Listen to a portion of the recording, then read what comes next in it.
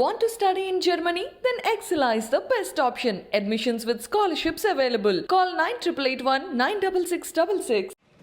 అందరికీ నమస్కారం. ఈరోజు వేములవాడ రాజరాజేశ్వరి దేవాలయంలో అభిషేక కార్యక్రమంలో పాల్గొని అతి కొద్ది సమయం లోపలనే ఇక్కడ మాజీ గవర్నర్ శ్రీ విద్యాసాగర్ రావు గారి యొక్క సొంత గ్రామం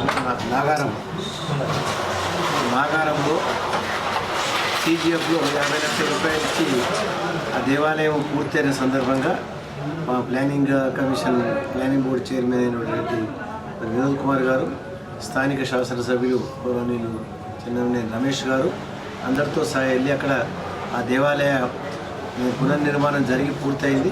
దాని ప్రారంభోత్సవంతో పాటు వల్ల కోదండ రామాలయంలో కళ్యాణం కూడా ఉంది. ఆ కార్యక్రమంలో పాల్గొనడానికి రావడం జరిగింది. నిన్ననే యాదాద్రిలో అక్కడ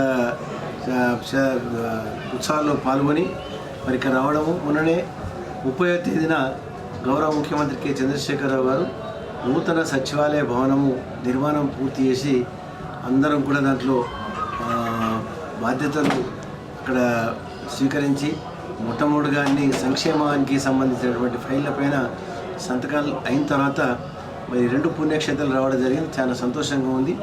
మరి రాజరాజేశ్వర స్వామికి, లక్ష్మీనరసింహస్వామి దేవాలయాల్లో మరి తప్పకుండా రేపు రాబో రోజులలో గౌరవ ముఖ్యమంత్రి గారి పరిపాలనలో అందరూ సుభిక్షంగా ఉన్నటువంటి సందర్భము. ఎక్కడ పోయినా చెరువులు, కుంటలు, నదులు అన్నీ నిండి పొర్లుతూ ఉన్నాయి.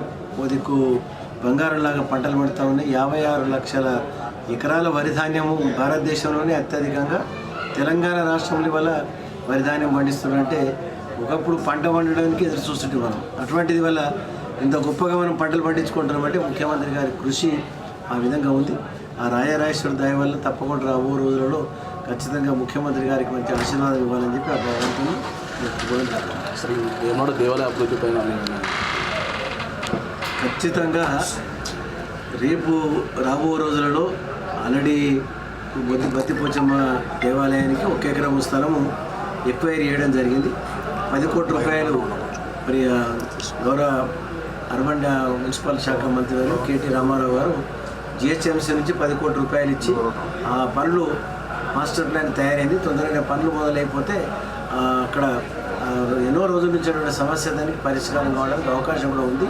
ఇక్కడ గుడి చెరువు అయితే మనము 30 ఎకరాలు ఏదైతే మనం ఎక్వైరీ చేసామో దానికి ఇప్పటికే దాదాపు 100 కోట్ల రూపాయల వరకు ఖర్చు పెట్టి మరి ఇక్కడ మహాశివరాత్రి సందర్భంగా జరిగే ఉత్సవాలన్నీ కూడా ఏదైతే మనం చెరువును మనం కిందికి తీసుకున్నామో ఈ చెరువు భాగం అంతా కూడా బ్రహ్మాండమైనటువంటి పార్కింగ్ కానీ, రాత్రికి అక్కడ జాగారం చేసే భక్తులు కానీ, సాంస్కృతిక కార్యక్రమాలు ఇవన్నీ కూడా జరుగుతూ ఉన్నాయి. ఏదేమైనా కానీ ముఖ్యమంత్రి గారు ఖచ్చితంగా ఈ యొక్క వేములవాడ దేవాలయం అంటే సామాన్య భక్తులకు మరి దైవం, కులదైవం. అటువంటి దేవాలయాన్ని, ఈ శైవ క్షేత్రాన్ని అభివృద్ధి చేయాలన్న వాళ్ళకి ఆలోచనతో ఉన్నారు. తప్పకుండా అభివృద్ధి జరుగుతుందని చెప్పి మేము ఆకాంక్షిస్తాం. సార్, ప్రసాదాల తయారీ గది ఉన్నది, దాని పెచ్చులు ఉడుతున్నాయి సార్. గతంలో కూడా బాయిలర్ వెళ్ళి ఒక 3-4 తీవ్ర గాయాలని, దాని గురించి పట్టించుకోలేదు సార్. ఏమైనా జరుగుతున్న సంఘటన బాగుంది చెప్తాం. ఇవాళనే ఈఓ గారికి చెప్పి అది మెయింటెనెన్స్ ముందుకు వస్తున్నారు. ఇమీడియట్గా ఇంజనీర్ పంపించి ఏదున్నా కానీ ఇమీడియట్గా వితిన్ 1 వీక్ లోపల దాన్ని రెక్టిఫై చేపిస్తాం సార్. మన ధర్మకర్తల మండలి జాప్యం ఏంటి? అది ధర్మకర్తల మండలి, ఎందుకంటే మనం ఇక్కడ ఈ కొత్తగా నిర్మాణం చేసే దాంట్లో మరి ఎట్లా ఉంటుందని చెప్పి ఆలోచించి అది వేయడం జరుగుతుంది. ఇప్పుడు ఇది ఒక 5-6 దేవాలయాలు తప్ప మిగతా అన్నీ కూడా దేవాలయాలన్నీ కూడా ధర్మకర్తల మండలి కూడా నియమించడం జరిగింది.